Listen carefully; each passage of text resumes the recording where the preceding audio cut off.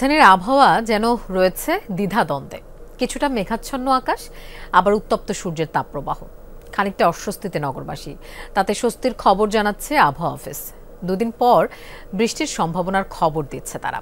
তবে এই ভ্যাপসা গরমে ফাঁকা ঢাকা নাগরিকদের দিচ্ছে অন্যরকম প্রশান্তি। মেঘ বলছে যাব যাব, আর সূর্য বলছে আমি তো উকি দিবই, প্রভাব খাটাবই। ঈদের তৃতীয় দিনে আবহাওয়ার রেসে কে জিতবে, মেঘ বৃষ্টি নাকি তপ্ত সূর্য? চলছে যেন সেই প্রতিযোগিতা। আবহাওয়া অফিসের ঝুলিতে রাজধানীবাসীর জন্য তাৎক্ষণিক কোনো সুখবর না থাকলেও এপ্রিলের ৫-৬ তারিখ থেকে বৃষ্টির সম্ভাবনার খবর রয়েছে।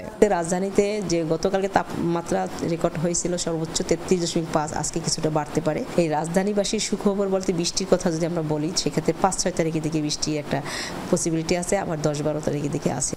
রাজধানীতে মৃদু হাওয়ার চলাচল থাকলেও দিনের তাপমাত্রা কোনো আপোষ করছে না। সারা দেশে চলমান তাপপ্রবাহ কিছুটা কমলেও ঢাকার গরম থাকছে। দেশের অন্যত্র প্রায় অপরিবর্তিত থাকবে, তবে রাজধানীতে কিছুটা বাড়তে পারে। সূর্যের তপ্ত মেজাজকে বুড়ো আঙুল দেখিয়ে নগরবাসী তার অচেনা রূপকে স্বাগত জানিয়েছে। নিত্য জটের বদলে যাওয়া চেহারায় ফাঁকা ঢাকায় ঈদ আনন্দ চলছে। এখন ঢাকাবাসী অনেক স্বস্তিতে আছে, যানজট নেই, মানুষও কম আছে, সবাই গ্রামের বাড়িতে বেড়াতে গেছে। গরম অবশ্যই আছে গ্রীষ্মকাল যেহেতু, কিন্তু তাও গরমটা আমাদের কোনো বাধা ফেলতে পারছে না ঘোরার ক্ষেত্রে। হ্যাঁ, গরম অনেক বেশি, তাও আজকে একটু রোদটা কম, মানে একটু ভ্যাপসা গরমটা আছে, মানে বৃষ্টির আগে যেটা লাগে। গরম উপেক্ষা করেই ঘুরে ফিরে বেড়াচ্ছে নাগরিক মন। তো ঈদের সময়টা আসলে যে যানজট কম, মানে আমরা ঘুরে মজা পাচ্ছি আর কি। আরামের একটু শ্বাস প্রশ্বাস নিতে পাওয়া যায়, পলিউশন কমে গেছে, সবকিছু মিলে খুব ভালো লাগছে আর কি।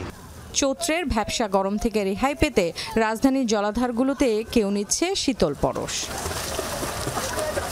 Farhana Nancy, Jamuna news, Dhaka.